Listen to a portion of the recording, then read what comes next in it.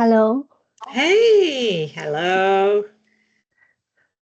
Sorry about the technology. I've been trying for a while. I know because I am not that much uh did it. Can you share your Hey. screen? Try. I have to check. All right. Meeting. So, how many people have kind I of have sent in shown the group. I interest? can't say yeah. Just that is why I thought if you come, we can see that whether you are able to share the screen or not. Here, I think there's a button next to leave. Maybe that could work. Yeah, that works. Can you see my That's content? yeah, I can see. That's good. Yeah.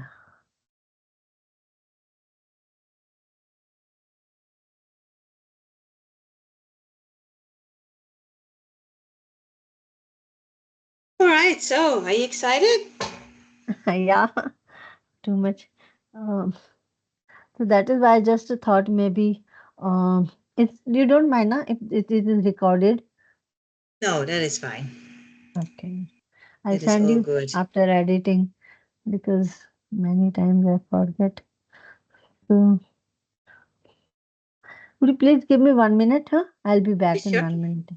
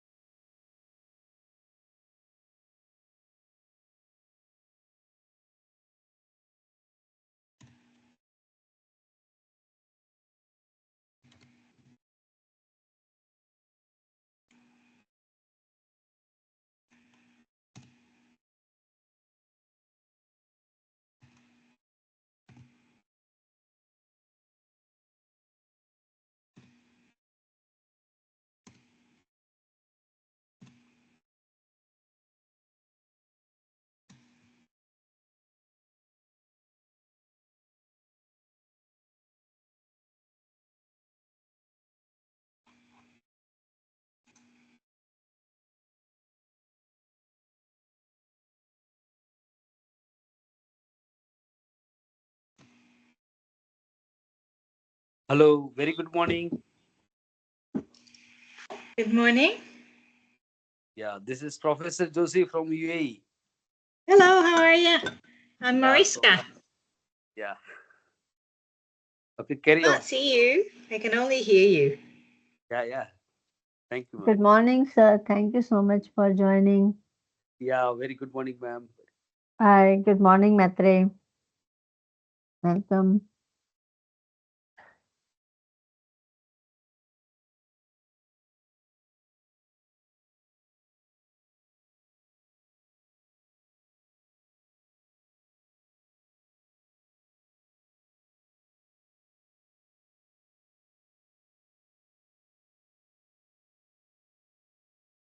Good morning, ma'am. Hi, good morning. How are you? Hi, Soham.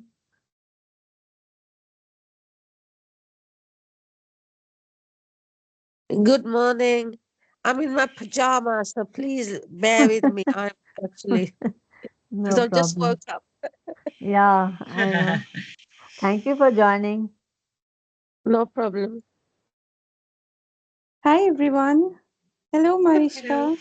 Hello, how are Yeah, you? I'm doing good. How are you? I'm well. Thank you so much for coming today. Yeah, I will be joining soon with you on. Just bear with me No for a few problem. Take your minutes. time. Yeah, thank Um, you. Thank you.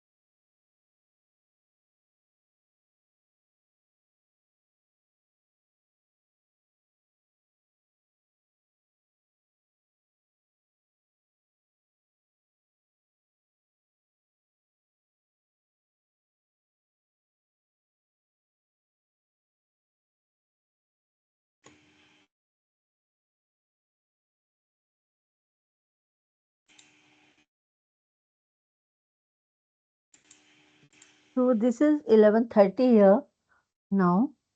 yeah. So we will wait for 5 minutes. I think that people might attend. And Well,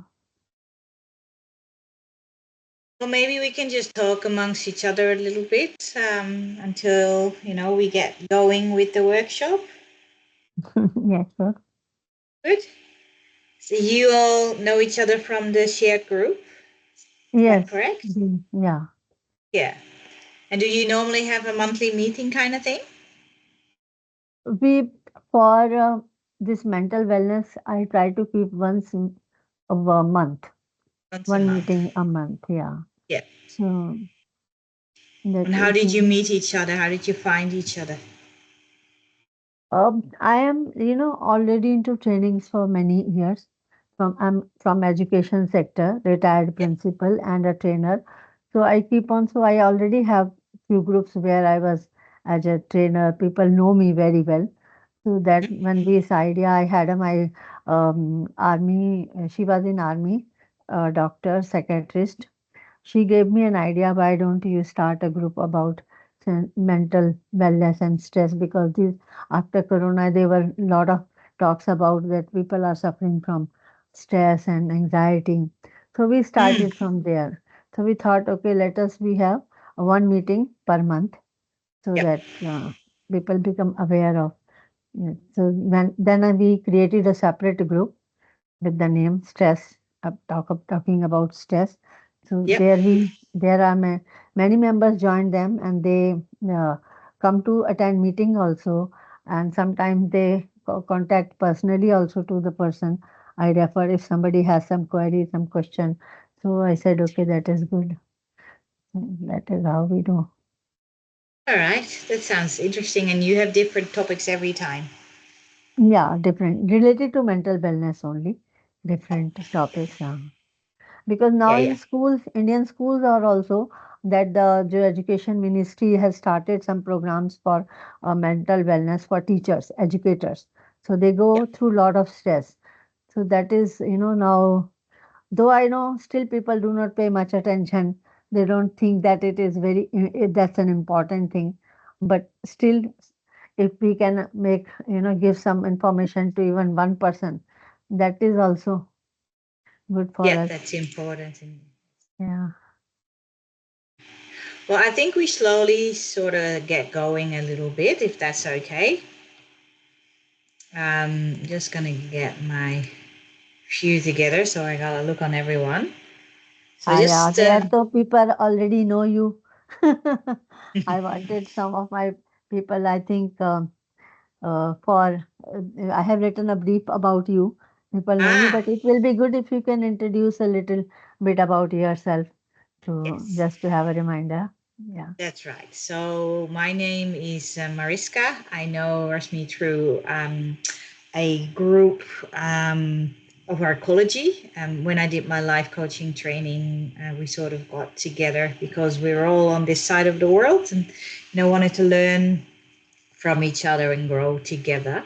And we still meet up once a month as well, just to check in with each other. And sometimes there's a particular subject, and last time this subject that I want to present to you all came up, which is I'm very honored that I was asked to present today and share my passion about helping individuals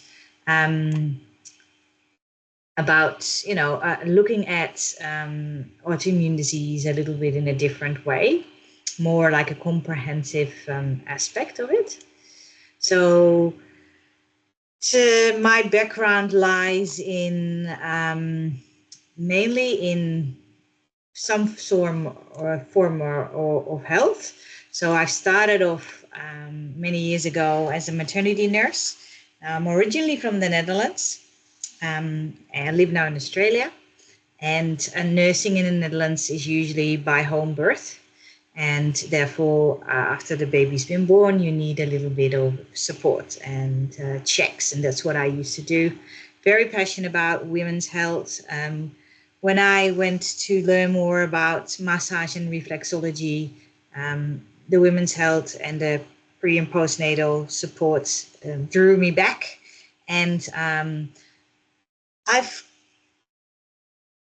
sort of learned that it's not just about the physical, because obviously when you're in nursing, that's where you start with. And I've learned over years working in all these practices that it's the whole body that responds. It's all interconnected with each other.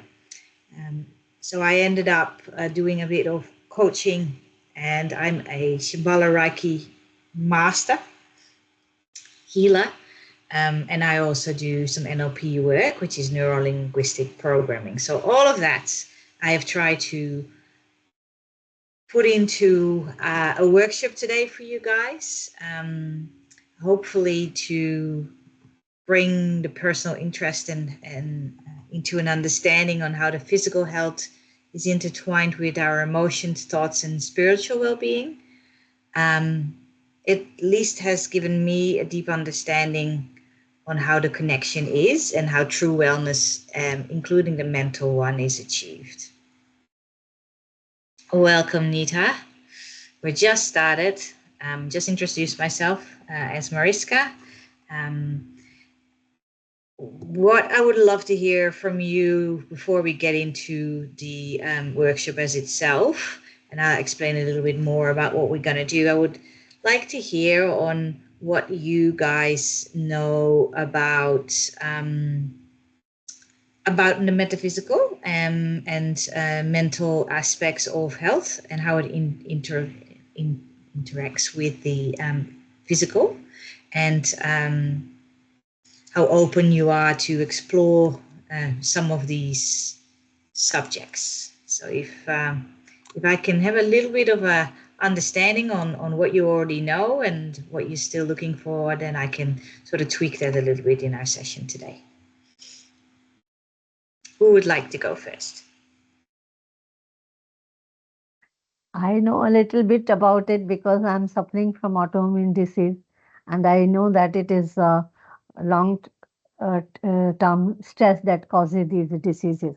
And it's not easy to find it out at early stage because it's a special test that you have to go through, and it is prescribed only when doctor has some doubt about your health. But normally the symptoms do not come so early, and so later on when you actually come to know about these things, I think a lot of damage has been done. That is Mm, what I know. Especially female are very prone to these kind of stresses or mm. autoimmune diseases. That is what Yeah, my understanding is. yeah. Yeah, I made a little bit of oversight steps to that today as well, because obviously it affects males and females, but females do seem to somehow suffer more in a higher percentage from autoimmune diseases. Now, please forgive me if I don't say your name properly. um, is it my? Can you say My your name? tree, my tree. My tree, my tree, my tree. What about you? What do you Yeah. know about the metaphysical aspects that impact health? Metaphysical, I don't have much idea. I'm going to learn from you, but yes, I truly believe that if we are really, need to be happy, then grounding and foundation is these two are the key factors we need to work on, and abundance of the blessings from nature we need to connect. And the main thing I'm prioritizing every day and I'm sharing with everybody, that emptiness is very much required because too much noise is there. Yes, So, yes. yeah, There is a need for balance. yeah. Thank Yeah, you. thank you. And who would like to go next? Anybody else? Next, Hello. it is Jyoti. Okay, ma'am. Carry on, Nita, ma'am. No, Otherwise, actually, hi. Hiya. Hitesh sir, actually, you started off so fine. I'll just finish it. Just a brief thing. So, what I understand about metaphysical is something which is related to our mind, how we perceive things from our end towards the world, and that which affects us physically.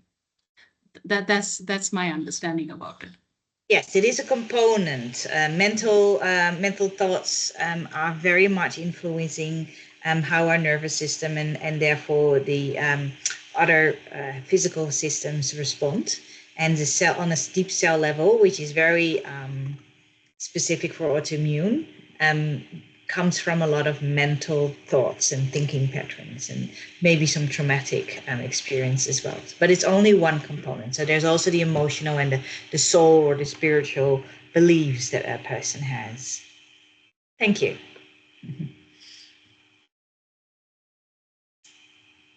yes, ma'am. Can I? Hello. Yeah, ma'am. Actually, I'm physically fit, but little bit I feel aloneness. Aloneness, what? Loneliness, not aloneness. All the time I'm thinking about my own goals and how the family members are. Still, I cannot cop up my whatever I'm looking for, and I don't know exactly whatever the topic we are talking. Okay, in this particular session, but I want to know more and more about uh, whatever the topics are delivering by Rasmi Mem, because always it is we are trying our level best to get, yeah, nothing more, ma'am. Thank you. Okay. All right. Well, we'll check in with you after and see if that this workshop can give you some tips. All right. Anybody else would like Thank you, ma'am. to let me know, or shall we I would get like to share, Marissa.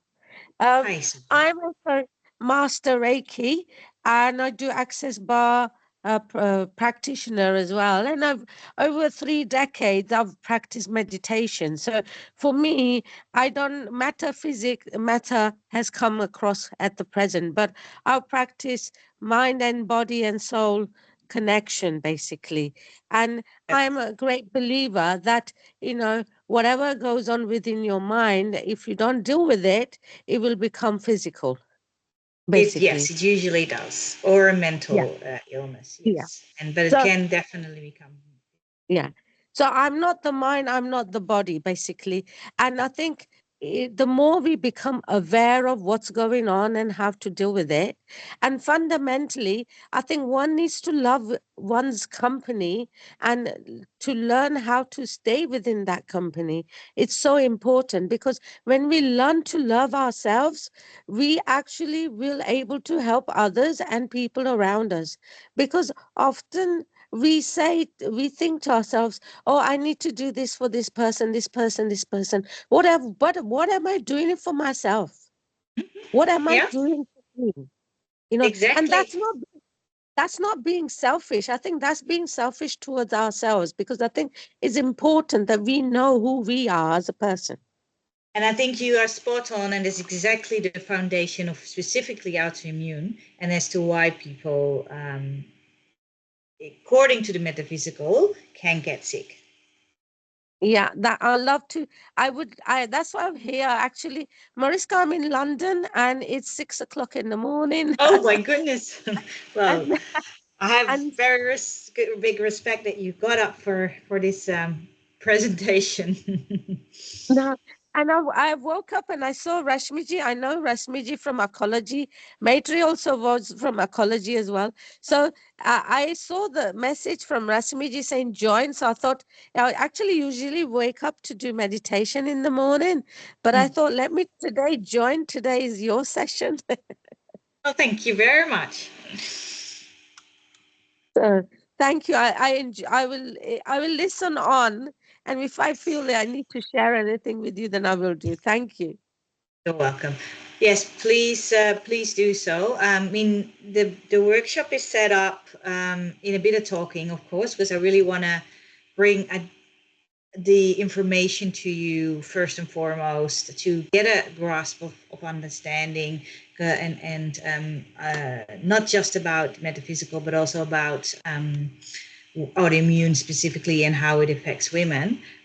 So there will be a little bit of talking from my end, but if you have a question or if you want to, contribute, please feel free to do so. You don't have to wait till at the very end, or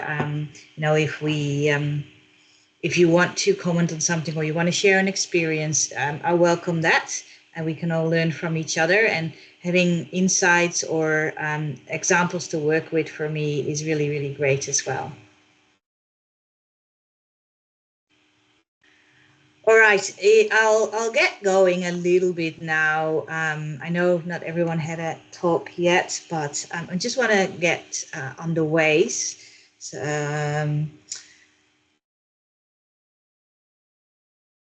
Where shall I start? Let's start with autoimmune disease itself affects millions of people worldwide, and they are particularly prevalent among women. Through this workshop, I aim to create a deeper understanding of the medical part. Very shortly, going to touch on that, because there is no disease. There is still the scientific basis of that. Everything what I'm telling you here, it is never to distort or reject whatever Western medicine is there. So I do believe that those two go hand in hand. But I like to see if I can get an understanding of the metaphysical, which basically includes the emotional, mental, spiritual health as well, and how that influences autoimmune disease. So hopefully, if we touch on the medical side, and then go into the interpretation of metaphysical, the influence of stress, and how that not just influences us as a overall, but specifically to autoimmune as well, and the effective management strategies from a holistic perspective. So we will do a couple of group discussions as well, and I have I'm not sure if that will work here because this is the first time I'm actually using Teams, but I like to do an exercise, an NLP exercise later on after we get a little bit more into the topic, where I would love to see you figure out a few things on your own. Go inside, have a look, and see if we can find out if there's anything coming up for yourself. So basically, the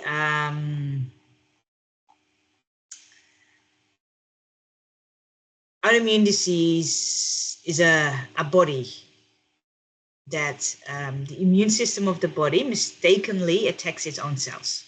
That's basically the foundation of an autoimmune disease. There are various variations. So the cells can be attacked, the tissues, the nerves, the organs, and most of the time it leads to inflammation. And in the long run, it can also damage the body and therefore reduce functioning in the long run. Normally, the immune system is designed to defend the body against harmful invaders like bacteria, viruses. It helps to cleanse our bodies, to get rid of any toxins or that kind of things. It recognizes that, and it then creates particular cells. The most known are the T killer cells that actually attack when you're sick or when you have the flu, or even they will try to attack cancer cells as well. But when the body gets into a state of autoimmune disease, the immune system is no longer able to distinguish between what is their own and what is not their own cells. So it actually is a disease on cell level. And it becomes a bit confused and starts to attack the healthy cells because it thinks they're sick. And then the body's own tissues also get attacked. So some like MS, multiple sclerosis, you can often see that the muscles and the nerves get attacked. So those are tissues because they are seen as threats. So the result is inflammation, tissue damage, dysfunction of the organs, and it can lead to symptoms like chronic pain, fatigue, organ failure even. It can be a specific organ or it can be a system, so systematic, which affects multiple organs. The cause usually includes genetic disposition. So a lot of the times when there is an autoimmune, it is hereditary. It doesn't always need to be, depending if you take your precautions, you can not take it in. But if you, for example, have family histories of a lot of diabetes 2 or diabetes, sorry, I need to say diabetes 1. Diabetes 1 you often get born with. Diabetes 2 you usually develop later on, and that is not an autoimmune. Diabetes 1 is. So treatment typically focuses on managing inflammation, suppressing the immune system, so the immune system stops attacking their cells, and controlling the system so they function on the best of their abilities. That's how the Western medicine, I keep it Western medicine, I mean the actual clinical medicine, but it's easier for me to distinguish it that way.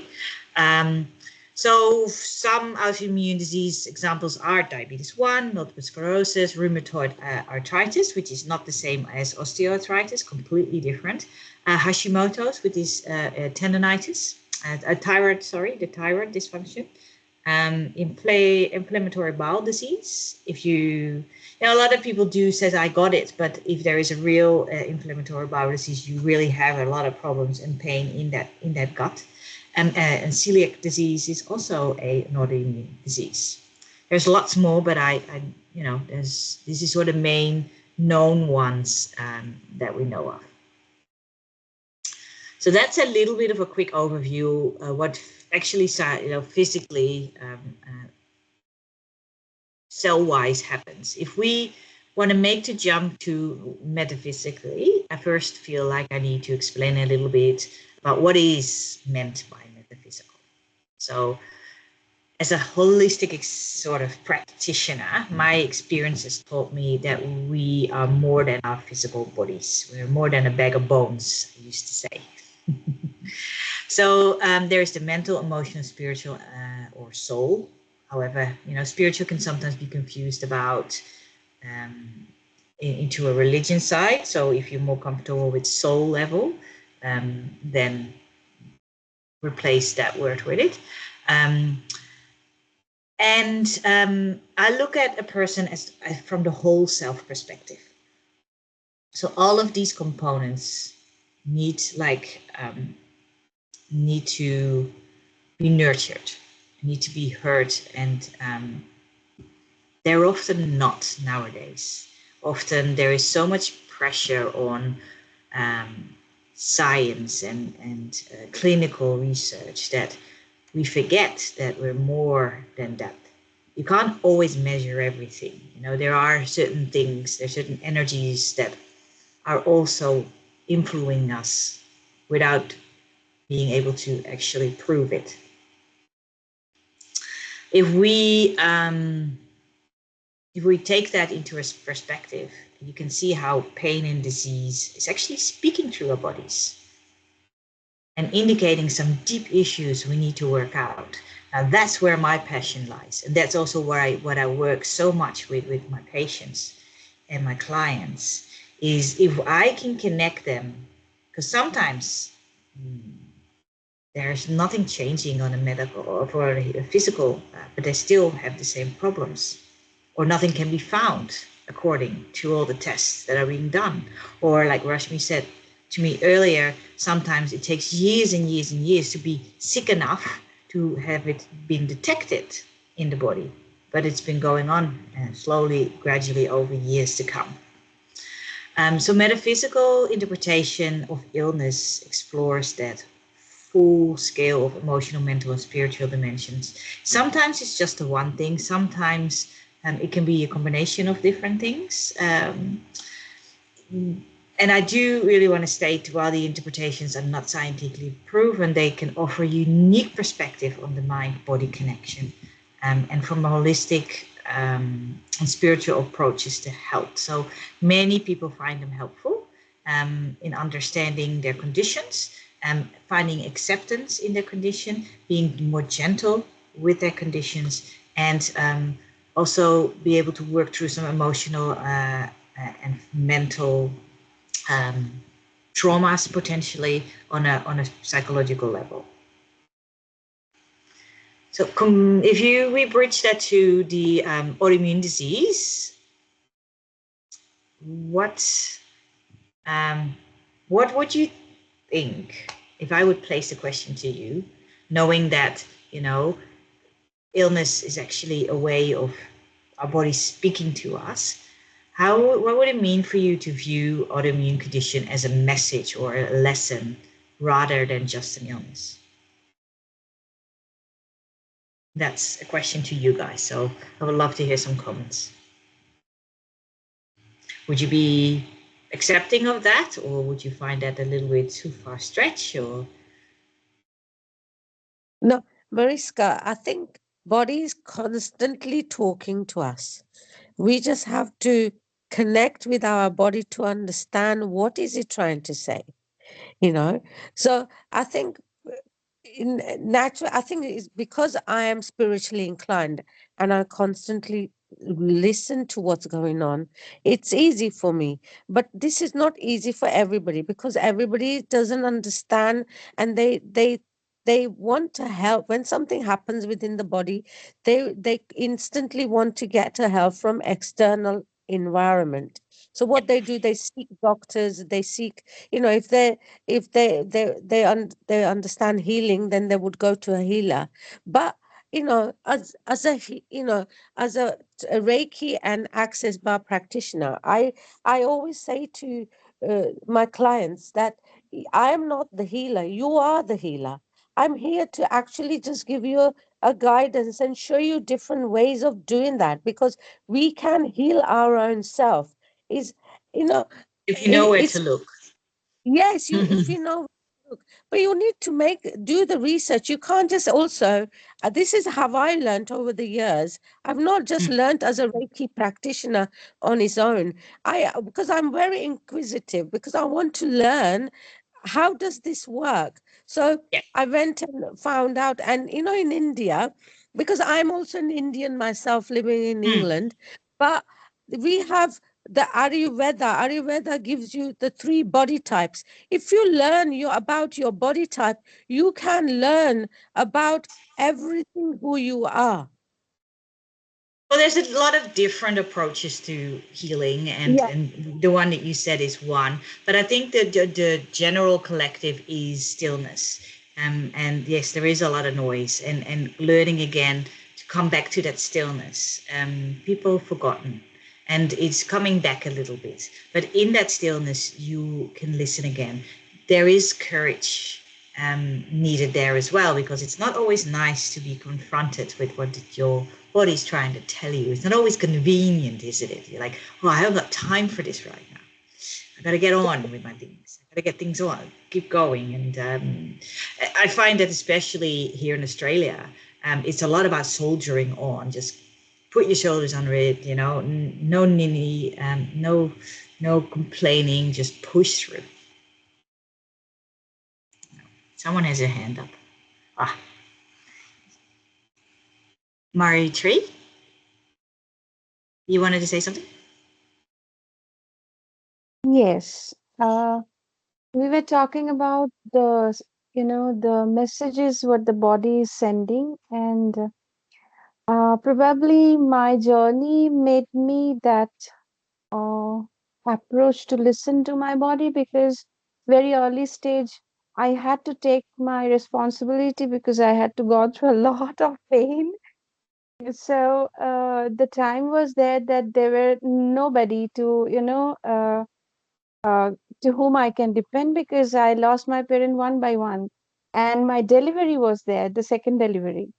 So I started my journey like either I'm going to take care of myself or nobody. I mean, yes or no. Yeah, So, yeah.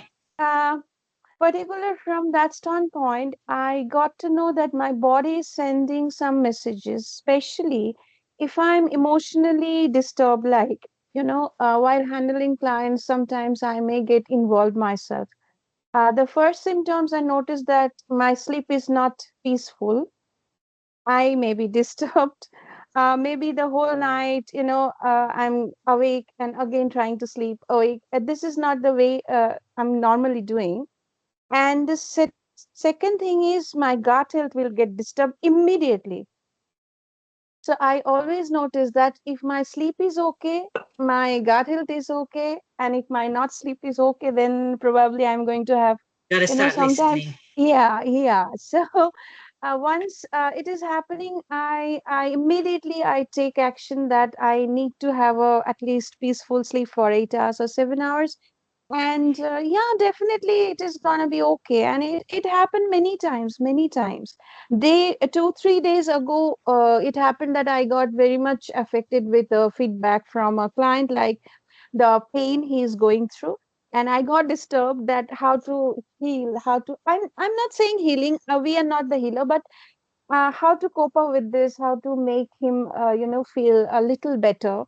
So I got disturbed, and yeah, I felt that indigestion and acidity and all these things happened just because I couldn't sleep properly. So Yeah. this is the way I realized many times that I'm trying to notice those symptoms. So And that's a perfect example of listening, and yeah, also realizing like, oh, I'm actually pushing too far. There's something going on. I need to take a pause. What's happening? yeah, yeah, yeah. Thank you. But that it is usually, if you come back to the autoimmune, it is usually viewed as a symbolic expression of internal conflict or Hmm. imbalance. Now, autoimmune diseases are usually on a spiritual level, Yeah. can be mental, but it's often spiritual level, that you're just not following the path that you're supposed to be following and you've just gone off track.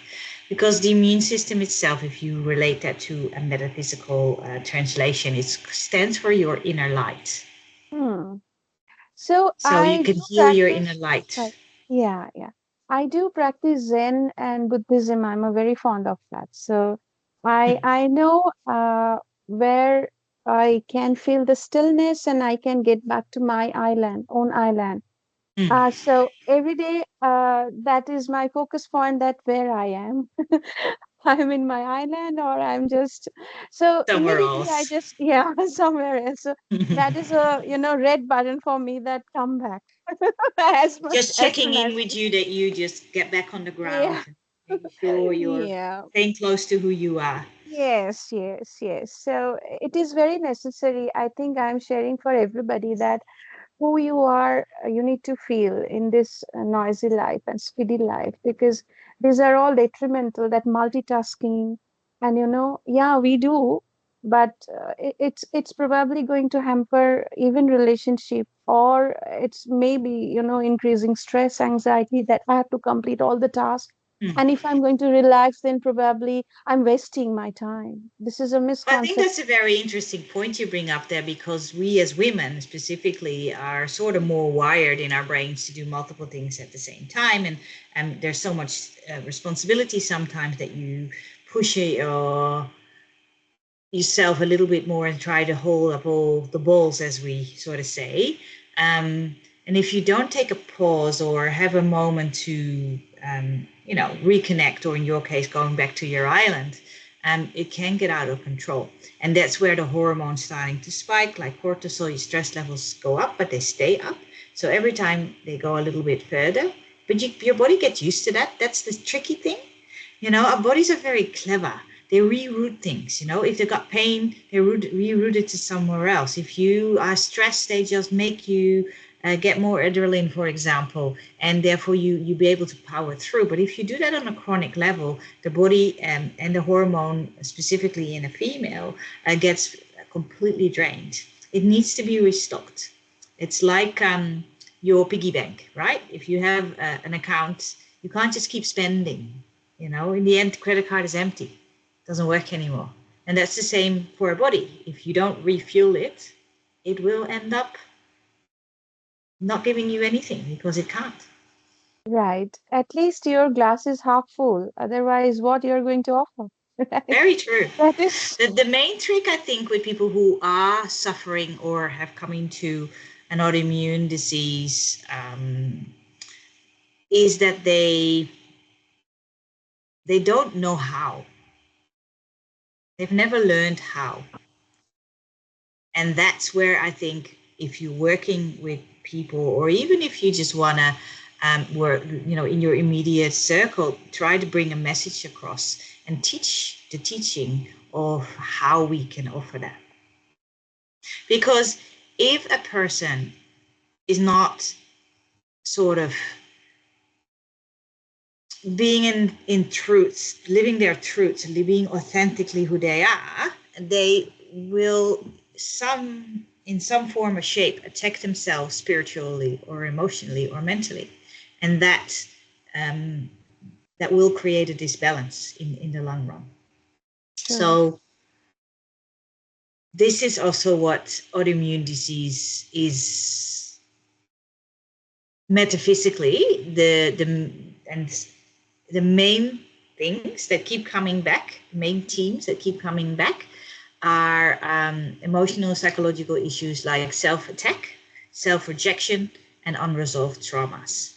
Now that is a real big thing to necessarily try to solve or even figure out on yourself, because our mind works in a way that we protect ourselves, right? So a lot of those things we subconsciously don't remember. But the programs or the movies or the triggers will still be present. So we don't know anymore why we get so riled up or why we get so, oh, I need to help that person all the time. But when we can bring that event back into the forefront again, we will be able to choose whether or not this is still, applicable to us, or if it's an old hurt that we need to get let go of. And then when we can work in the healing of that with, autoimmune people as well, then although autoimmune, unfortunately, when we come to that stage in our physical bodies, cannot be reversed, what we can offer by healing and making people aware of that metaphysical side is that their actual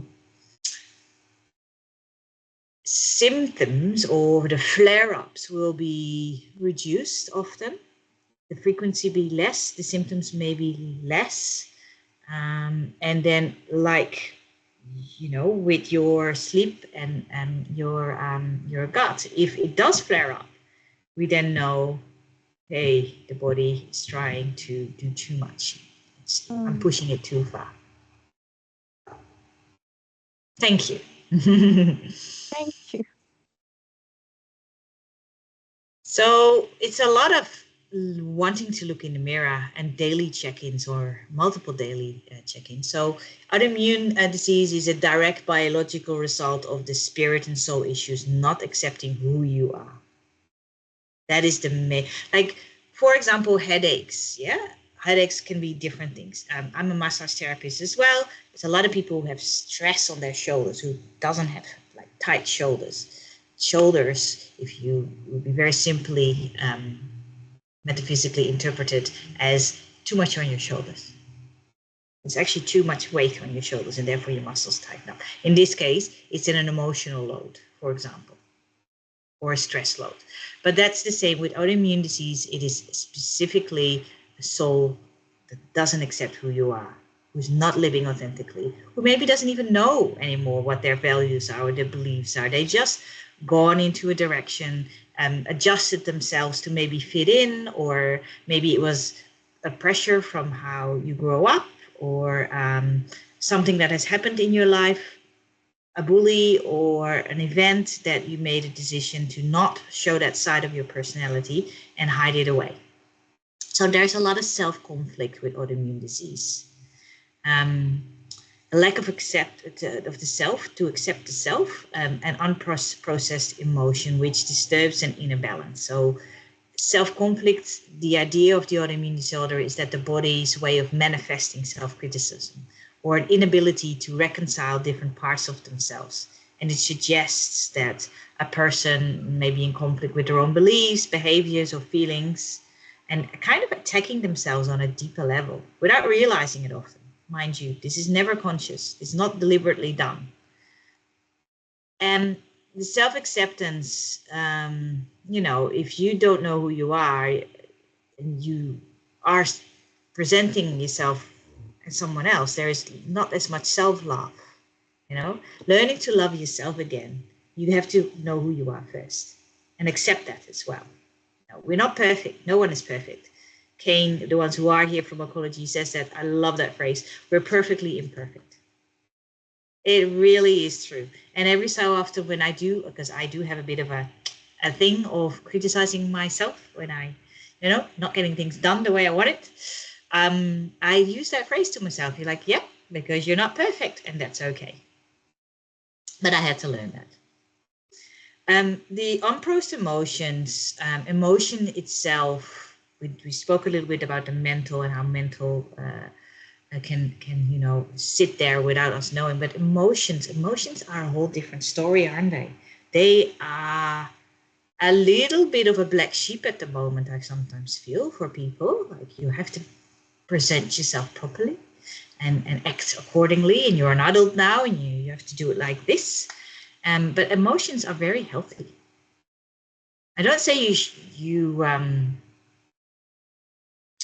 can always be highly irrational, but if you do have them, there is a reason why you have them.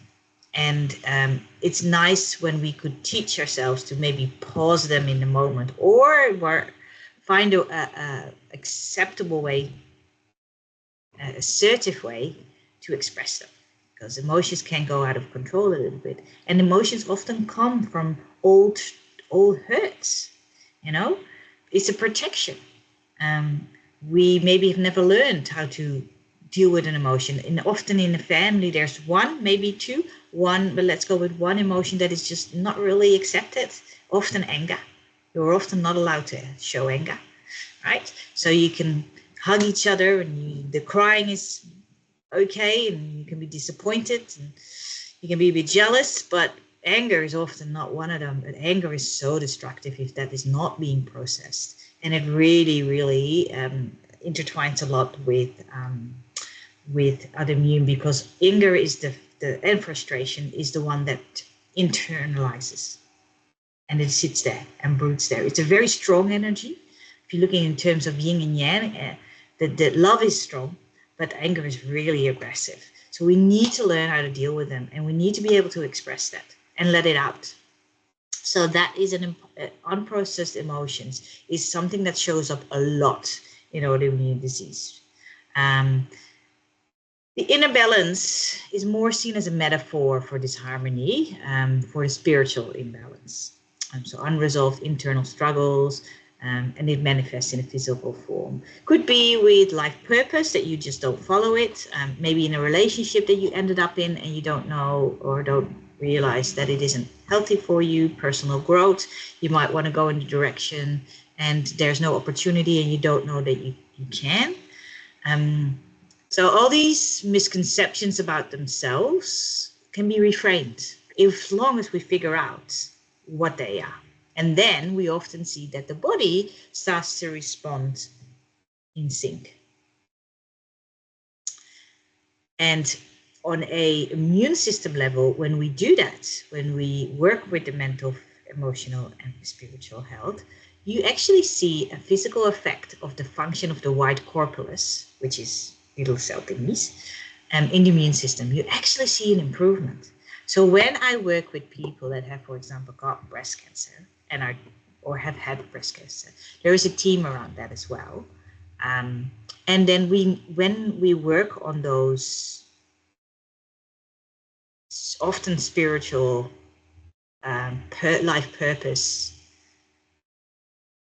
the missing parts of that, let's put it that way, we do see an improvement in their immune strength of the immune system. So that's, for me, very, very interesting.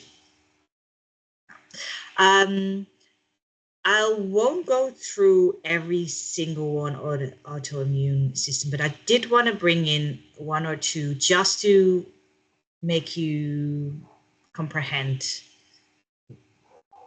what I mean with the physical interpretation of disease. So the best one that I thought I could do is a type 1 diabetes, which is an autoimmune disease. It's an insulin problem, which comes from the pancreas. And you either get born with it or very early in your early years, your pancreas stops functioning properly to release the insulin the right way, or over releases it. This depends a little bit. Metaphysically, it is often linked to an emotional issue around fear, powerless, and feelings of rejection, of control. And it can represent a struggle where people become very dependent, codependent or dependent, and an inability to manage your own energy or life force effectively. So There could be feelings of rejection and abandonment of the caregivers, so parents or whoever they look after. And especially during childhood, that can affect the emotional regulation of the body greatly. Because yes, when you do have a disease, in this case, it's often genetic as well. But it works the other way as well. So if our emotions are, in this case, the feeling of abandonment or rejection happens a lot, the body can also respond to that in the physical. So it doesn't always come from the disease, disrupts the emotional and the mental balance.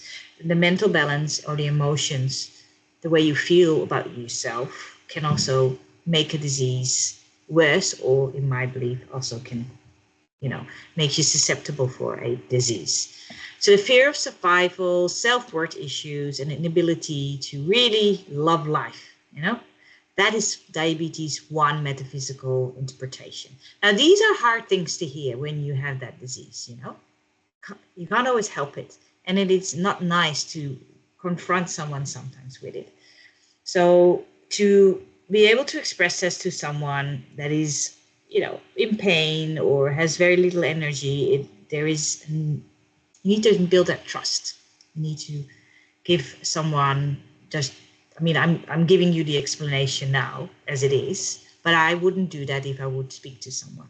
I would put it in more gift wrapped kind of, so be a bit more gentle about it, ask them, have you ever felt, how's your self-esteem? Have you ever felt that you're alone in the world?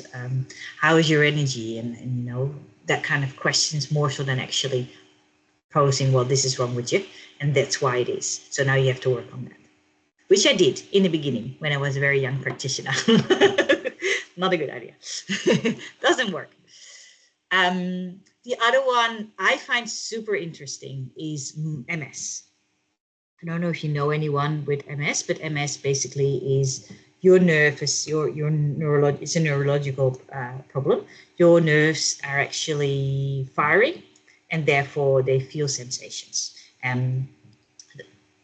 Very short. They do more things than that, but in this case, the synapses of the nerves, they get inflamed, and that creates pain.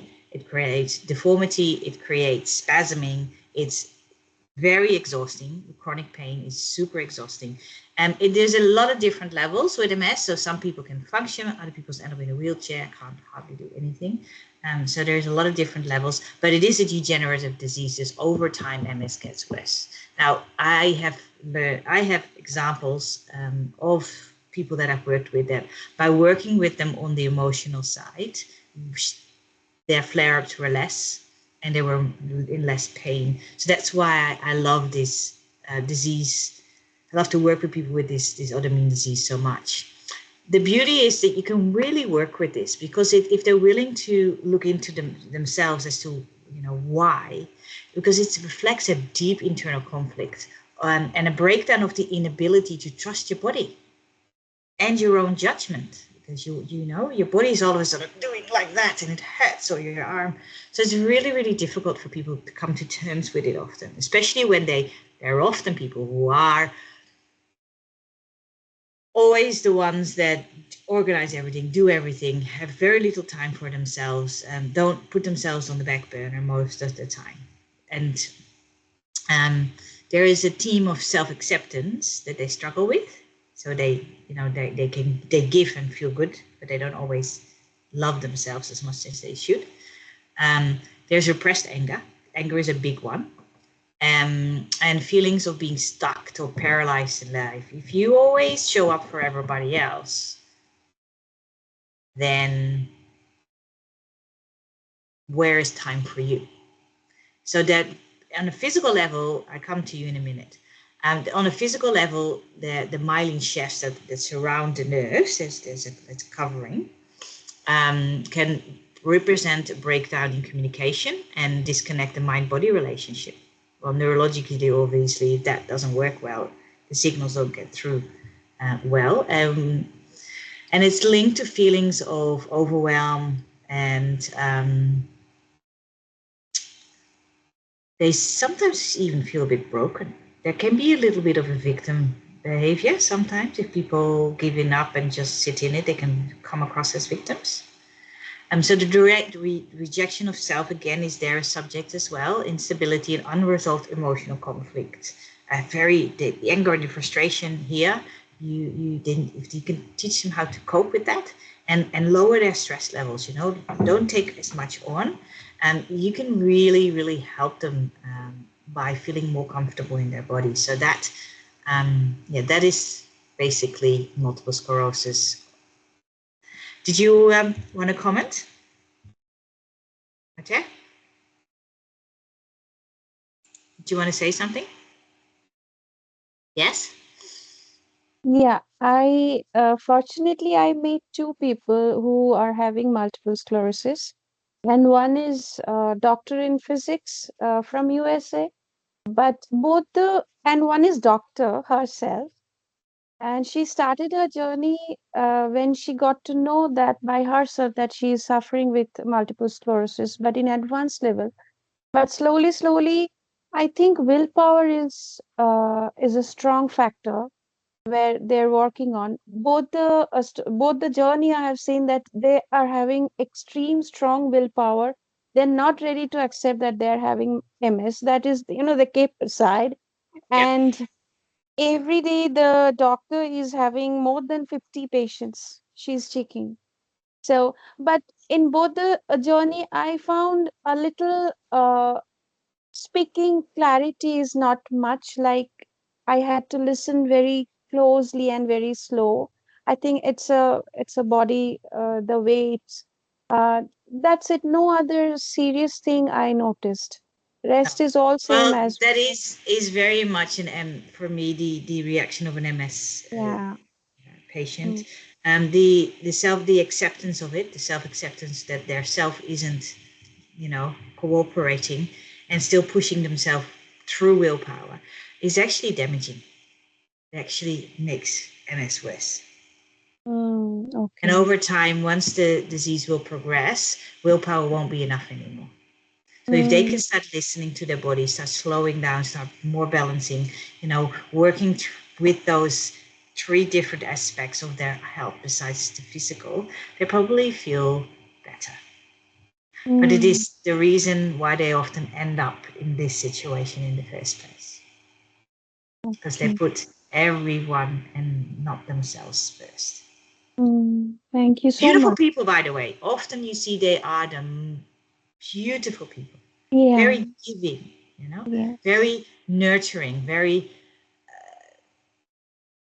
out there for everyone. But for Mm, themselves, if we look at them as an individual, it's not healthy. right. Mm.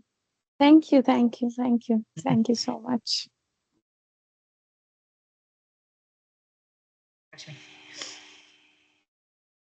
Go ahead.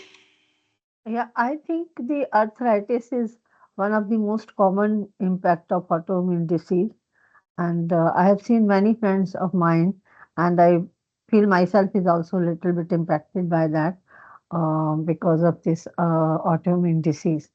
And one The thing I rheumatoid also heard, arthritis. Are we talking about the same thing? okay, one is that that you have your nerves, they start getting shrinked, they start shrinking after some time, and your blood circulation is also impacted due to that. Even sometimes you may Yes, the have joints. respiratory Joints is problems. where the inflammation happens, which is associated with movement and associated with flexibility.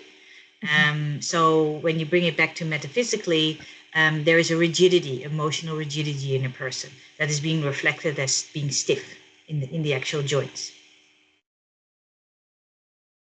And inflammation usually comes back to the emotion. There's heat, so there's the emotion anger and frustration sits there. That is suppressed. So they if they want to feel better, if you look at it from a holistic healing perspective, you're going to work on the anger. You're going to work on letting go of old grudges, or on control, trying to not always be in the control seat.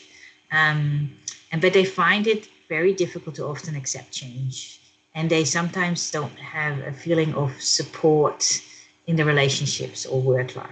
So can be a bit, it's a tough cookie to work with, that one, because you really gotta come into the good graces, and you know, they say if you can learn how to forgive, you know, how to be a bit more going with the flow and not as resentful towards others, you probably have more emotional flexibility, and therefore your joints are not as necessarily inflamed as well. Does that make sense? Yes, absolutely. And I feel that there is a lot of need that we should teach these things to the children as well.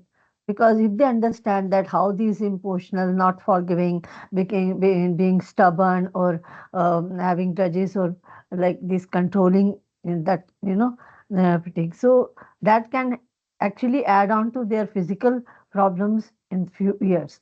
So if we teach Yes. them to these skills in the beginning, like from the teenage or the childhood, so they will not be victim of such kind of diseases which are actually hampered a life lot of, at the when you need to work a lot, you are not able to do that because of your physical health is deteriorating due to these emotional impacts.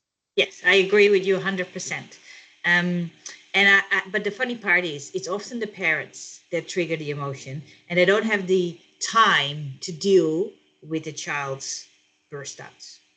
It just, and so if we have more time to be present and not as multitasking as we try to do these days, you know, you got to do all your tasks, and you got to work, and you got to meet up with this person, and you know, there's all these things.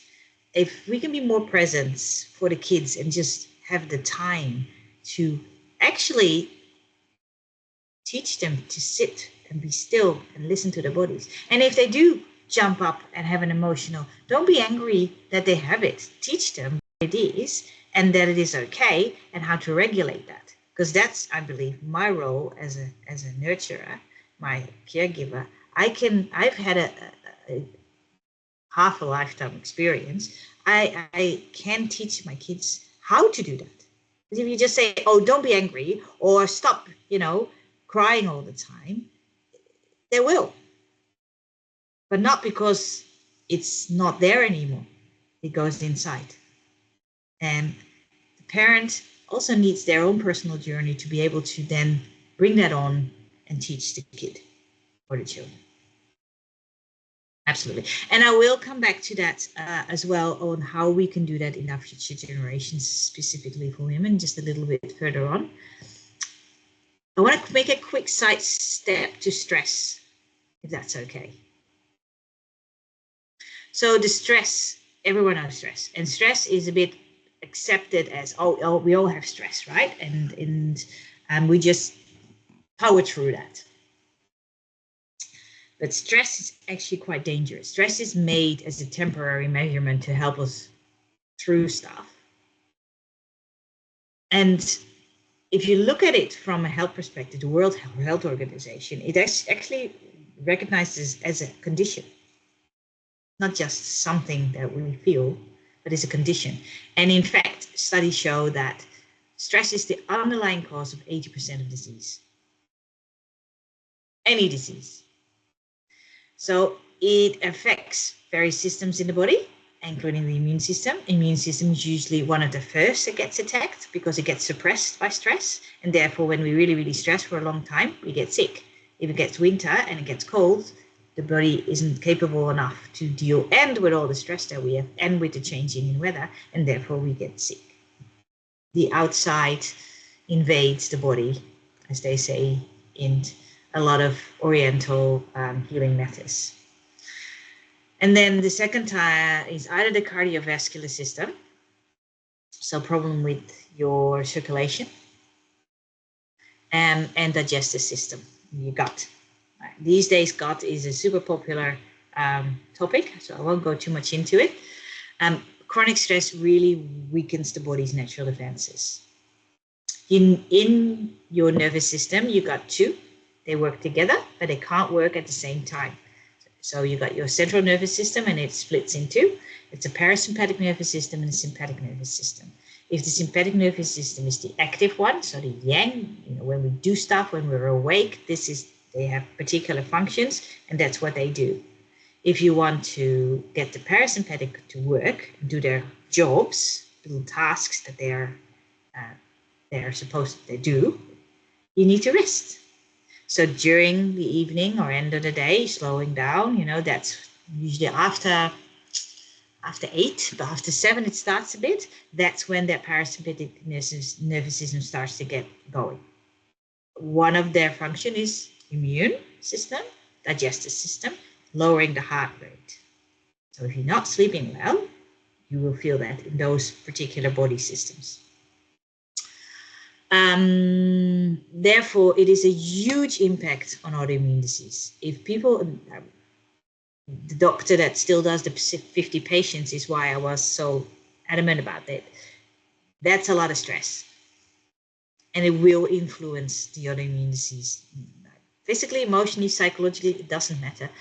It relates to the hormones cortisol and adrenaline, and they are responding for immediate threats, but chronically it overwhelms the body and leads to long-term health consequences. For the autoimmune side of things, it actually, the cells are attacking the body. That takes an extra step. So attacking the body's own cell gets stronger if there is a higher level of stress chronically.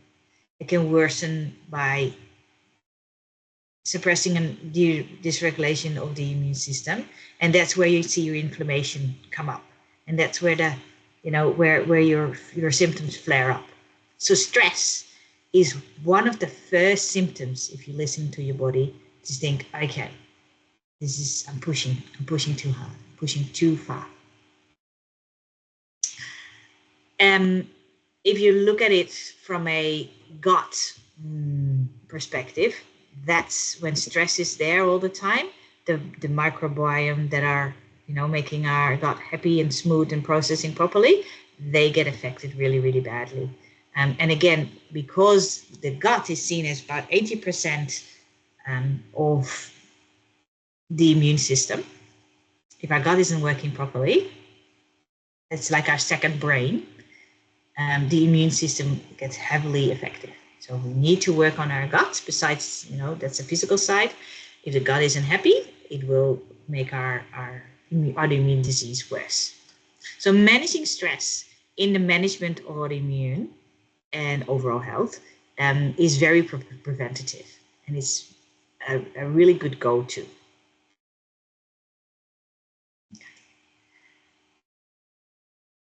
And that's where I kind of want to do a little bit of a check-in with you guys, because how do you manage stress, right?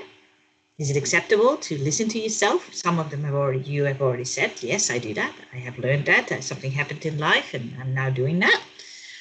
Do you know what your inner voice is trying to tell you? Is it okay to take a break or spend the morning, a day, or maybe even a week just focusing on you and not on all the things that you have to do or are expected of you? Can you just say, okay, I'm taking a day off for real, and that means nothing, like just do what you want? And are you comfortable sharing your truth about your needs? Now, it's hard sometimes to say, yes, I really want to do this for you, but right now I need this for me. And the assertiveness there steps in. So are you feeling in your surroundings, do you feel safe to do that?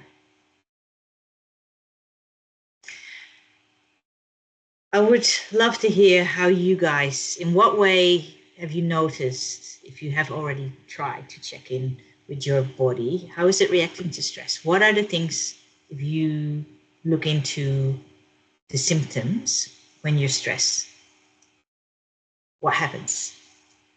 You get headaches, or you get grumpy, or do you sleep poorly? What are the signs that you know that your stress levels are up? Mariska, can I share? Sure. A few years back when in the workplace when I was really, really stressed out.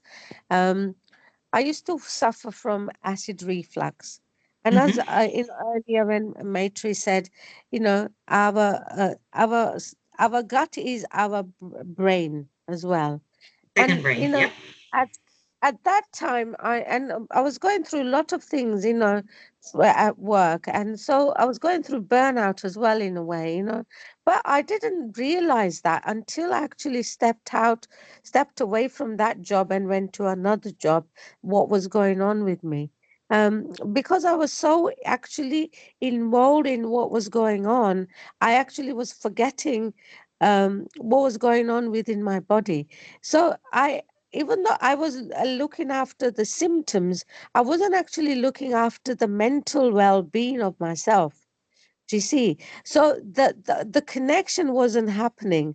And once I made that decision that this wasn't actually doing the good thing for me, and I was able to move a job, I actually was stuck in that rut. And when you're stuck in that rut, right, and not everybody's fortunate to do that, so they have to find the solution within that, yeah.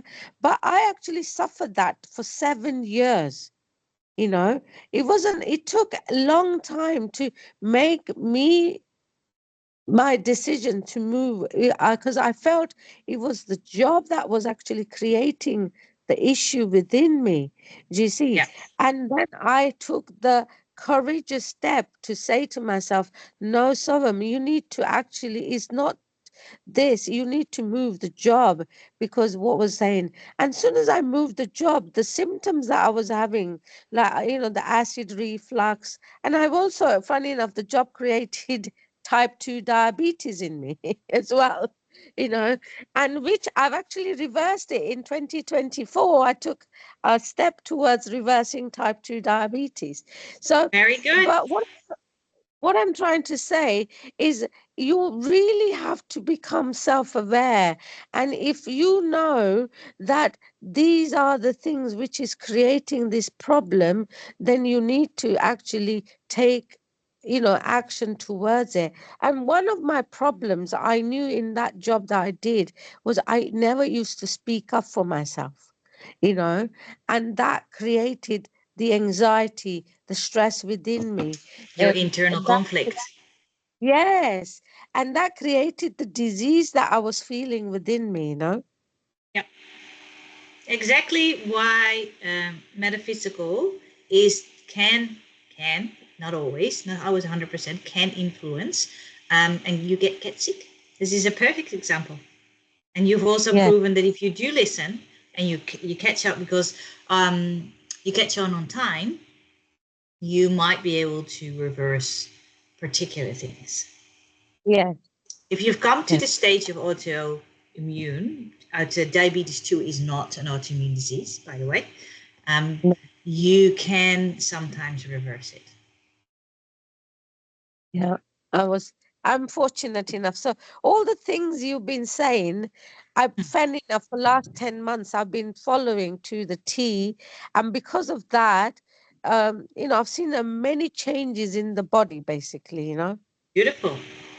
That's exactly the kind of conversation I would like to have spread and other people to accept and adopt, because I Yeah. think it's really true. Thank you. Yes, Rashim. I just want to say that, add on it that yes, because this is a lot of unawareness, awareness about that. Yes, we have a link between our emotions and our physical health. What happens? We get sick, we go to the doctor, take a medicine, have a Mm-hmm. temporary relief, but the conditions of our mental stress and the lifestyle goes on to the same one. We do because we do not know that there is a connection between both of them. So again and again it happens, and then when you come to realize that sometimes it is too late and too difficult to reverse the process. And that's, I mean, I can have a whole another workshop on that.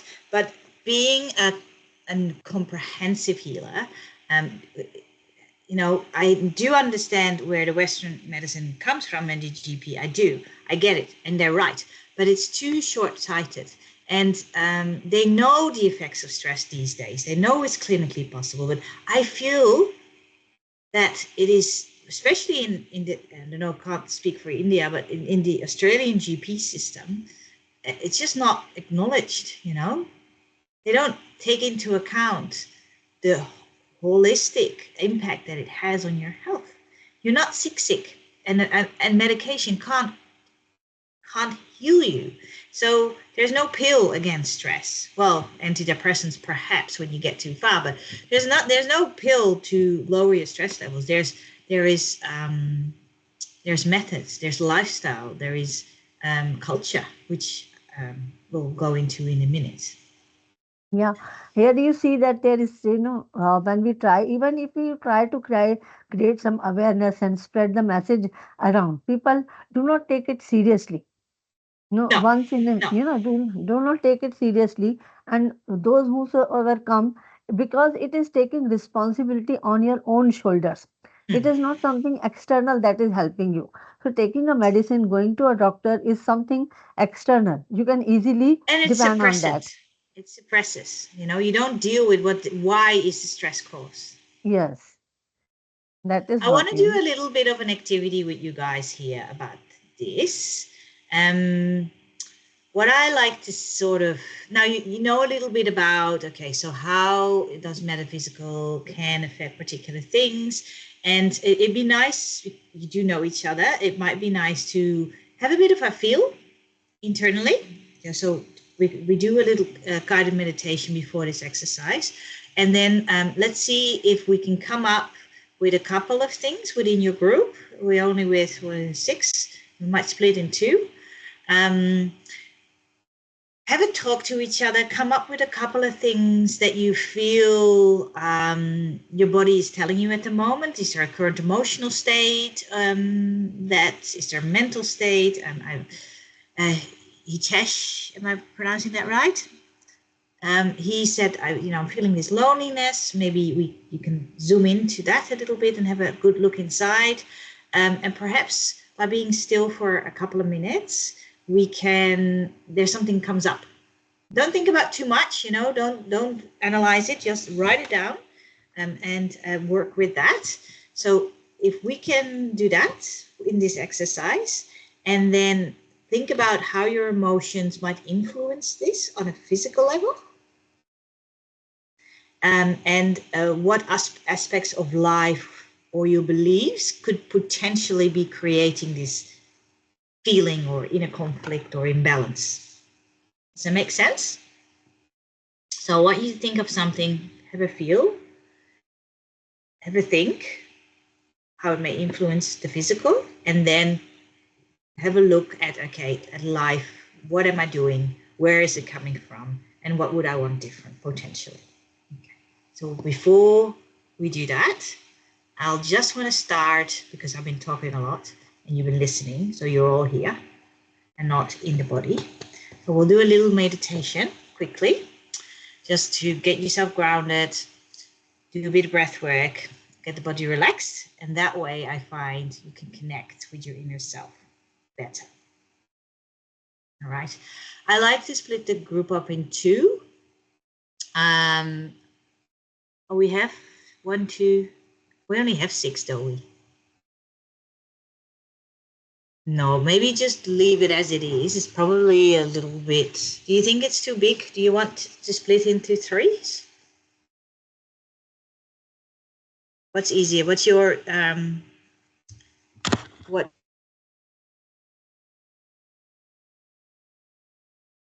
your exercise?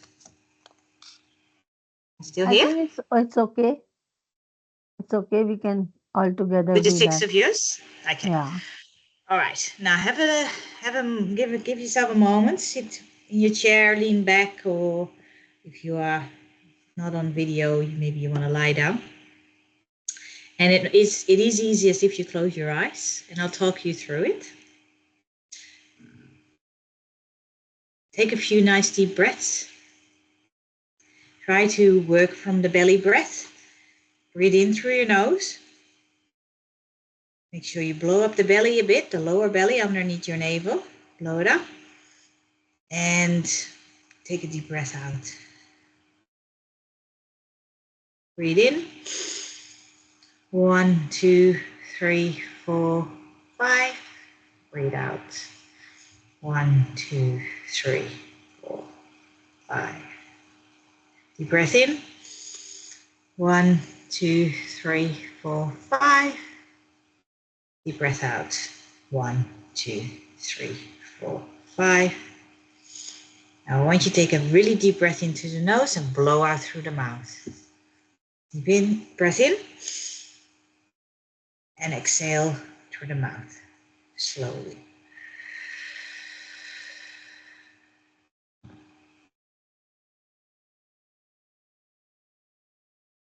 Now, I'm going to draw your body, your attention to your body. Let's start on top of your head. Have a feel if there's any tension, is there any tightness or sensations on the top of your head. Follow that down to your face. You're smiling. Is there tension in the jaw? Is there anything in the throat on the front or maybe in your neck on the back? Is there tightness or you feel there's something stuck in your throat? And slowly, slowly move down over the shoulders into your arm, lower arm, your hands. Make a fist of your hands and let them go. Open up your hands and shake your hands out for a second, just to soften them up a little bit.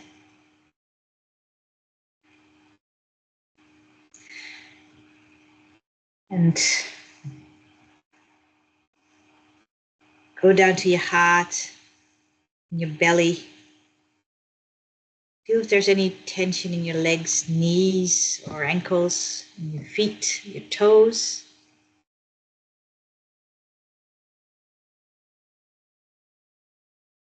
Now that we've gone through the whole body, I want you to focus internally and imagine yourself connecting to your immune system. Some people find it easy to actually create a shape or a color. Immune system usually is a more yellow kind of color. And just imagine yourself, you're going to have a conversation with your immune system. Imagine a soft glowing light in the center of your chest, near your heart, just a little under your heart. This is the light that represents your inner strength, body capacity to heal and protect. And with each breath in, you draw in more of that light. It's growing stronger and stronger when you're breathing in. And on your out breath, any tension, anything that's in the way, anything that's not needed anymore, breathe it out. So breathe in, let your light come in, grow stronger, grow brighter, radiate outside of your body. As the light spreads, you feel a sense of security coming through your body. First starts around your solar plexus, just underneath, and it spreads out. Your heart, belly, goes into your arms. Sense of security, comfort, and a sense of strength and resilience that comes from within you. Know that the body is fully capable of staying healthy and balanced. Visualize that this light is traveling to the areas of your body where you felt that tension when we were just checking in before. Take a few nice deep breaths in and direct your attention to that sense of area of tension or discomfort. Once you come there,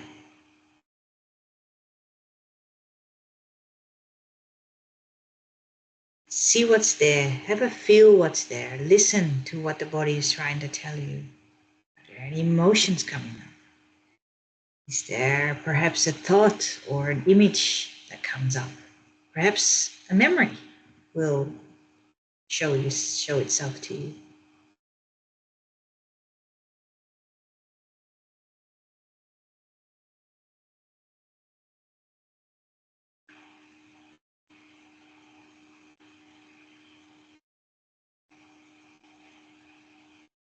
Now open it up, invite it in. Don't be worried for it. It's not there to harm. It's there to speak to you, to try to tell you something. You can accept it lovingly that it's there. You like and you can already use the light that we just spread through the body. Use it to grow in intensity. So nice deep breaths in. As you breathe in, let it grow brighter and brighter, and focuses on that area of tension. Imagine, visualize that whatever is there, the light, your inner strength is touching it. It nourishes it with love, and it takes away, breaks down any imbalance or blockages that may be affecting your immune system.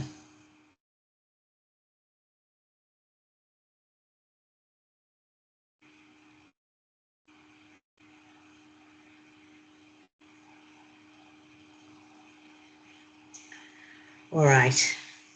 Now, what you felt, I'd like you to bring this into the exercise. Write a few things down. Have a little bit of a talk among each other. What it meant for you.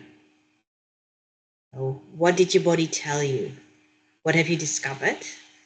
And how has it been influencing your health? Maybe in ways you didn't realize before, or causing any internal conflict. And I'll leave you to do that for about 5 minutes, and then I'll come back to you. And we'll see if we can reframe that together. All right, over to you guys. You speak among each other and sort of do a little discussion if you want to share.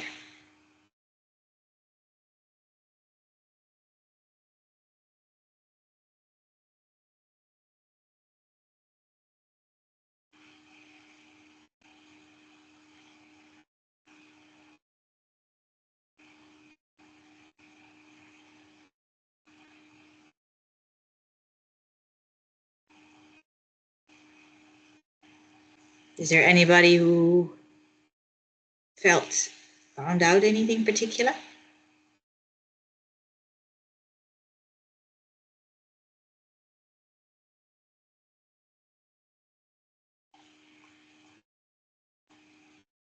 All right. Well, take that with you. This is an I exercise. I Yes. felt like we often have to get in touch with body because we do not get time to contact ourselves, and when we make up our life just a routine, so we do not feel enthusiasm about the things. That is what So I would there feel. be a way to change that for you? If that's the issue as to why, is there a way that you can introduce into life, in your life, that you can make time? What needs doing to get a little bit of Make self?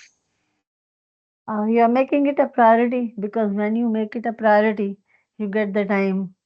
It's just because it is in the back of the mind, so you don't feel like, okay, you keep on postponing it from morning to afternoon, afternoon to evening, evening to night. Because, yeah, okay, let me finish this and then I will have some time to do Mm-hmm. that. I do that thing. So that happens, but you have to, like, make it a priority. Whenever you get some time, it's not a very long exercise or something, uh, but there should be something that gets you in touch with your body and your soul. And it can be included in your exercise or your day-to-day, even when you're waiting in the grocery line or waiting to the bus.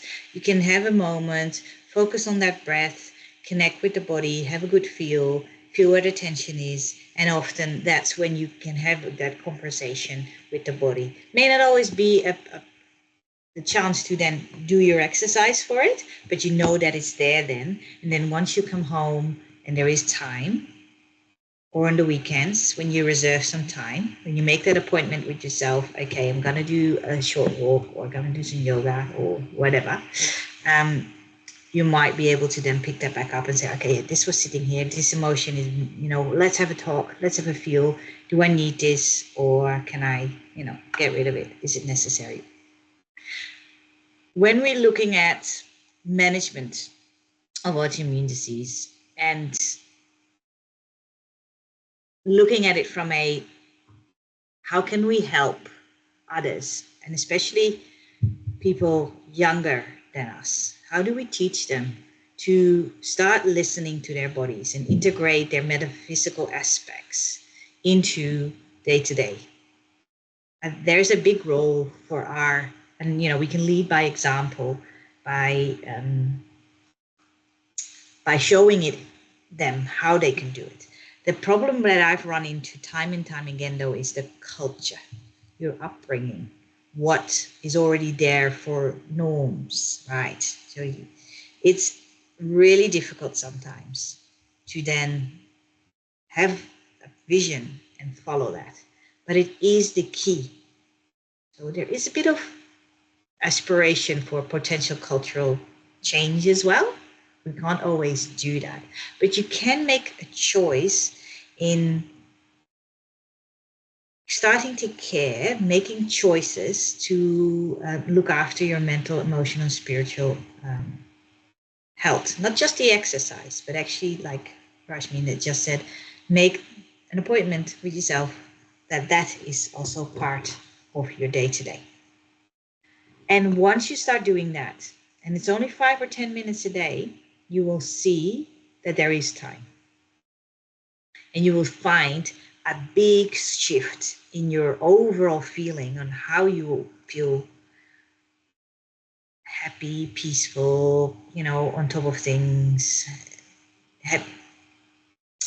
Breaking this sort of cycle for females, for self-sacrifice is super challenging in a particular culture. But I think it is the key element for a lot of younger women to not go in the same footsteps as the other people have done it before them. If you want change, you need to also create change. So there has to be a disconnect in the loop. And it takes courage for someone to stray away from what is expected of them. Okay, so I really, really realize that. But I'm trying to create a different way in the future. And if we can teach people and women that self-care is a priority and the value of their own strengths, rather than solely focusing on their ability to, be there for somebody else, but you can break away from that cycle of self-sacrifice that we are often dragged into or choose sometimes to be in. Some people are very comfortable and happy in there, but there's a lot of us who are not happy there. And when you sense that there is the unhappiness or there is the discontent, or you're like, I'm always sniffly or half empty on my energy, and then there's obviously something not right. Yeah.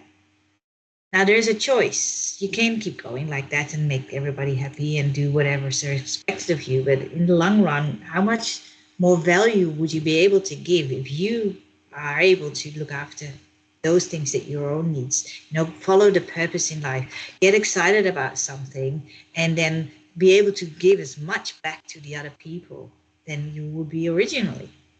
So this is a big thing. This is a cultural thing. This is an upbringing thing.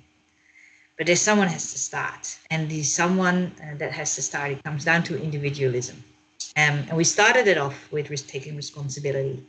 I think if there's only a couple of people who can make that make that change, it will then create a ripple effect in the long run, and it becomes more accepted. So this is where I advocate for that. We do lay the foundation of a healthy future, education to others, to younger people, to yourself, to this group who are not quite aware, or who may not know how to, or are not confident enough yet to say, hey, this is me, this is what's best for me, without feeling that it's selfish. And education is key about that. We've been told many stories, and you accept that when you grow up, but there's also the other story that you can be told, or there's another role model that you can be for someone. So nowadays, nutrition is already a big thing, but managing stress is still very much undervalued, I think, how to manage stress. I find it a bit sad. I know, but I'm not culturally as in depth as you are yourself about India. But what I knew from my healing practices is that in the past, they were very intertwined with the lifestyle, right? Ayurvedic, but also the spiritual religion side. There was a lot of emphasis on the whole of you. Your particular type, your particular type eats particular foods, particular type needs particular exercise, and there's differences in that. And specific herbs can help you with specific things. So what I've been hearing from clients here is that there is a separation from that lifestyle now happening. Am I right? Is there more pressure now and more hurry than it used to be, and therefore there's not as much emphasis on standing still and doing your healing and your practices and your nutritional diets? There's not as much time for it. It actually depends how you are taking, because as a human being, all over the world, the materialistic, demand from inside, it is on, super on. No. And uh, at least I can see that because of it, consumerism, the concept has changed a lot. But if you ask me to go to the shopping mall, big, big, big, and I just feel lost. So I guess it depends, not applicable for everybody. I No. don't know why I'm going there, what to buy. Do I need to buy anything? I just can't decide. But I've seen many people that every weekend they're going to the shopping mall, spending a lot of time, but I'm lost. So I guess it depends on, it varies from person to person. Yeah. Okay. All right. Well, if we want to help younger women, by having that, giving them that education, showing them that they can who they are, and that it's okay to be who they are. It also comes down to assertiveness, right? So knowing it is one, to be able to assert yourself and stand up and stand your ground and express that to your external environment. It's a learned skill, and it comes down to, first of all, know who you are, and what you want in life and what makes you tick. But it comes down to decision making skills as well. You want to be able to not butt heads with everyone by saying, oh, this is what I want, and come across as a 5-year-old. So assertiveness, teaching how to assertively communicate and still without feeling guilty. So you're being respectful, but you still stand by what is best for yourself. And sometimes you can choose a little bit more one way, sometimes you can go the other way, but in the long run, it's your choice. And if you make that choice and you fully commit to that choice, it will create an inner conflict, because for that choice it is made. And that comes back down to, self-awareness as well, checking in with the decision that you need to make, whether it's close to you and your values and what you believe in, and if it's in line with where you want to go in life. Kind of authentic living, right? So being true to who you are and accept yourself who you are, even if there's some flaws, and align that with values, but also be able to be comfortable with the discomfort, right? There's going to be times when you assert yourself and you say, I really would love to help you with this.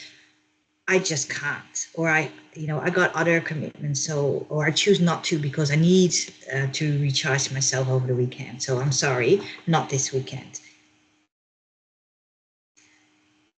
And to then work on that self-love, that you do not then internalize that in a negative way, or feel guilty, or tell you what a bad, daughter you are, or, friend. In the long run, people will respect you for it, because there's going to be times that you say, yeah, I'm absolutely happy to help you. And you be there 100%, 150%, you're fully present, and you can give the best of who you are. There's times that, you're not there. You don't have that. You can't offer that. And it's okay to just say, right, not today. And it will create, if you do that, you will create a life that suits you the best. So basically, by empowering women or men to embrace these principles, we can help them build a life that aligns with their true selves, create lasting change, and within them, their own circle, and the world potentially around them. And that's when the culture will start to get effective, right?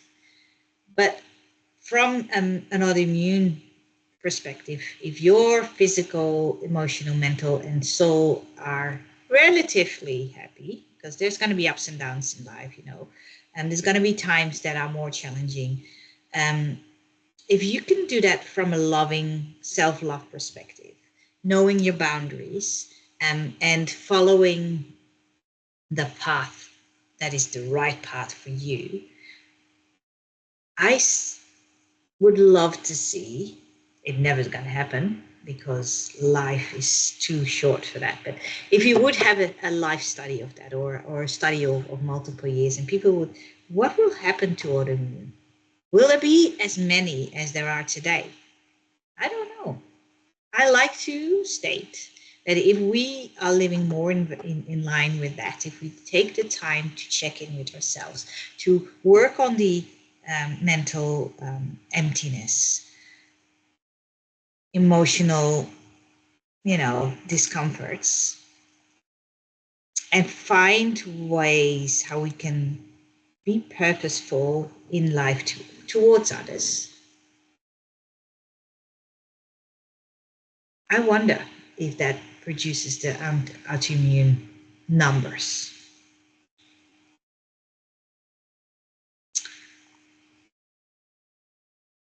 So promoting that self-awareness and intuition, you can do that through being still, journaling. Encourages really, really strongly, because you write down. Some people are very kinesthetic, they feel that the exercise we just done, you can do again and write them down. Journaling works really, really well on getting clarity and diving deeper into the subconscious, into, the breath work is super powerful. Some people need a guided meditation, or some people can meditate on their own to connect with that inner world. Some people need a therapy for it, or a coach or something like that. If that is the case, don't shy away from it, figure it out, find out what's there, and get rid of it. I mean, I've done that over the course of my life, and sometimes there were things that I couldn't see, and then when the other blockages were gone, other things resurfaced. But the main thing is, believe that you've got an individual choice. The essence of being individual in life is recognizing yourself as a separate from the society roles or family identity. And it means that understanding your choices and values and the path of your own, you have the right to determine. Becoming aware of your personal desires and needs outside the influence of those external expectations allows you to begin and shaping that life, and allows you for your health and your well-being to be in the best state that can be at that point in time. So basically, how I sort of learned that is, I call it a tort analogy, right? So you have this tort, and the maths, you divide it in 8 pieces, and those little sort of shapes of you are the 8. There are much more, but let's just say there are 8 bits of you. You're maybe a parent, and there might be a co-worker, you might be an employee, you might be a team player, and so forth. So all of these parts are you. Sometimes one eats up a lot of the pie, and that becomes who you are, neglecting the rest of you. And then again, we see that disbalance because there's needs, there's desires that are not being heard, and therefore they're going to start protesting. So if you can see that and visualize that, and then identify where what part is not being fed, nurtured, looked into, you can then start to grow that out a bit more, and it all becomes more equal size pieces. Meditation, visualizations, energy healings, those can help you as an external thing. But eventually, if you can teach yourself the acceptance and self-love, compassion, and forgive yourself, and learn how to put boundaries into place, and managing your stress. So figure out what stress management, how it works best for you, and how to time management that. I think a lot of the impact that would reflect back metaphysically from into a physical symptom is gonna dissolve. You also have, you got your nourishing the body and your exercising, your sleep, which are all very important. But I don't want to go into that today because you kind of know all that, right? But of course they are important to you. And if you're struggling yourself, if you can't figure out, if you there's something there, but you don't know what it is, you can't seem to figure it out, or maybe there's a lot of fear that you just. I remember part of my own journey is I was very fearful. I saw this big water well, and I knew the problem was on the bottom. It was so dark and so deep, and I just couldn't get down there. So I had help, and eventually I got down there. When I got down there, there was nothing specific. It was one thing. It was not big, but the journey towards it was gigantic for me. And then I could let it go. But that it took me months to get down to the bottom of the well. And that can sometimes need help. It takes support and often a professional to guide you through that. And that's okay. It's not something, you're not crazy, you're not weak. It actually takes courage and strength to stand up and say, no, I don't want to feel like this. I want to find out what is there. I can't see it myself. I've tried, but I know that it's not right. It does me harm one way or the other. And I want to find out what it is so I can let it go or heal it. So that's where therapy comes in. Coaching sometimes is enough. Sometimes you need more. Someone who's a bit more in depth to psychology. And sometimes it can be your next door neighbor or the baker or the person, that you meet on the beach. Doesn't always have to be your immediate family or anything, but potentially a support group or online communities where you can share your experience and insights, and they can give you their strategies and how they worked it out. Or do a workshop or retreat these days if you want to invest it that way. Perhaps a mentor would work for you, but be okay with communicating it. Be okay with sharing it. Choose the person you share it with, not blabbing to everyone, of course. But it is okay to be vulnerable and bring it to the surface, be able to look it in the eye and say, okay, what's here? What are we doing? What are we going to do about it?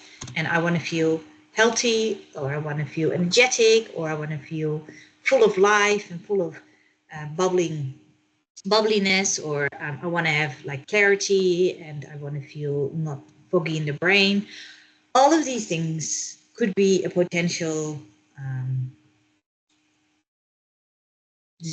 potential stop for you to feel 100% in balance. Autoimmune wise, again, if you can just work on these things, the rest of your body will get the communication again, that the right signals, the right communication, the right overload. Actually, overload is the wrong word. The right load. Overload is already going over your thresholds. And relearning and reframing what are actually your limits and your boundaries might be something you have to relearn, like reborn habits and insights. So all of it encourages the mind-body connection and empowers people to take an active role in their healing journey. So yes, medications help if you can work from it from an internal source.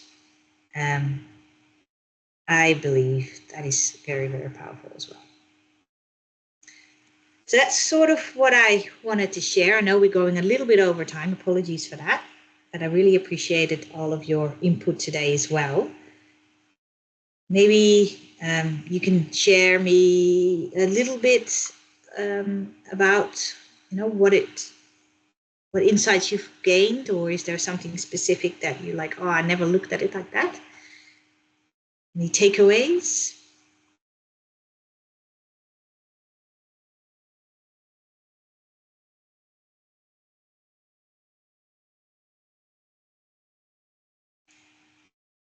Was the workshop different than you expected, or did it match your expectations?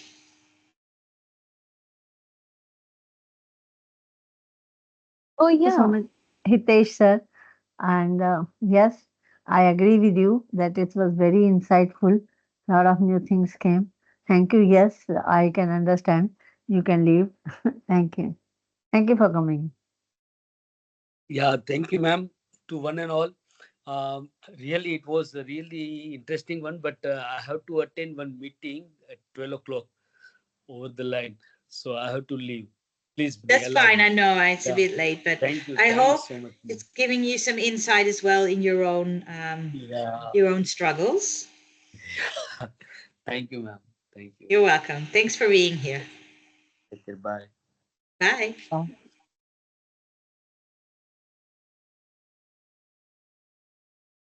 Thank you, ma'am. Thank you so much.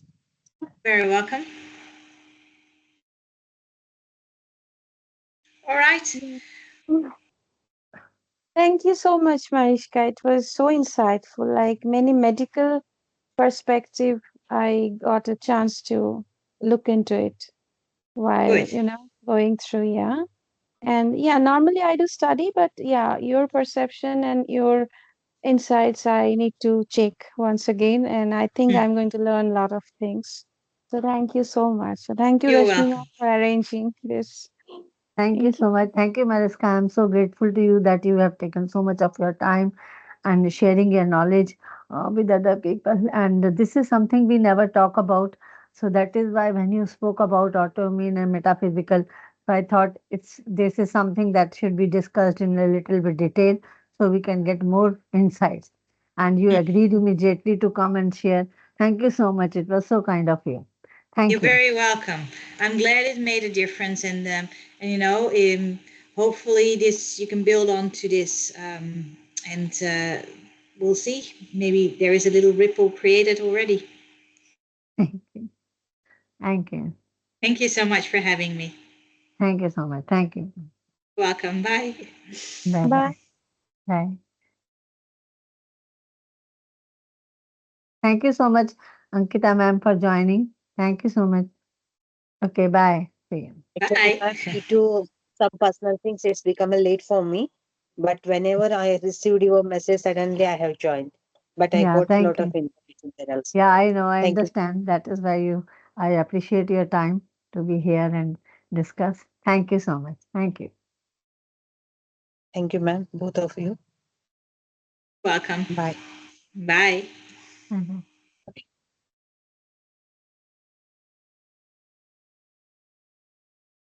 So, okay, Malska, thank you. See you later. I'll Bye end bye. there. I'm Yeah, closing the bye meeting bye. now. Yeah.